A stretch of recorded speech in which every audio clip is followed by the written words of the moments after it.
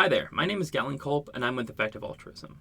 Effective Altruism, or EA, is a growing community and philosophy focused around the question of how can we do the most good.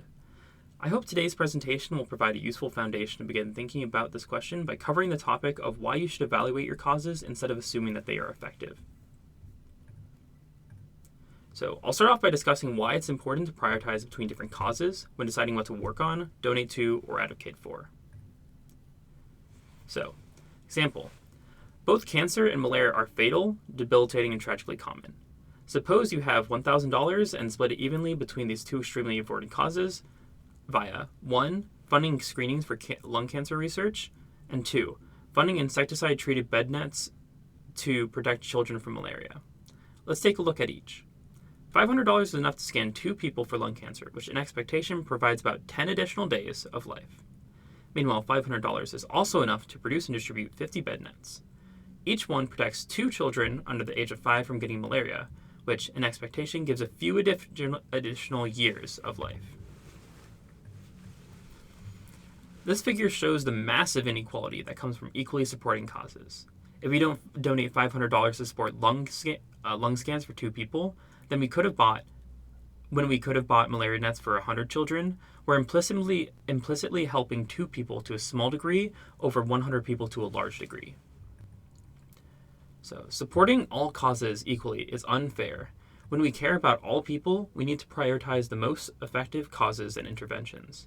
Not because other causes aren't important and aren't worth solving, but because our resources are limited, and with every choice we make, people, potentially many people, bear the cost of what we didn't do.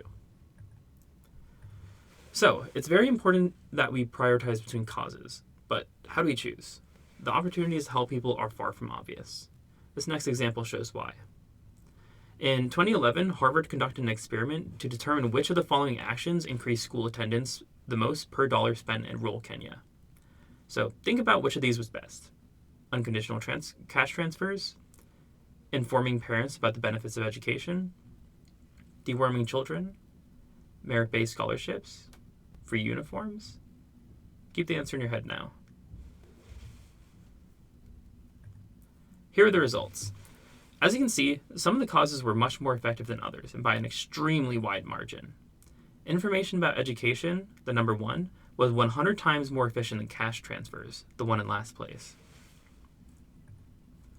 So, just because we feel like certain actions are best does not mean that they are. This is why it's so important to use careful reasoning and evidence to decide what we prioritize.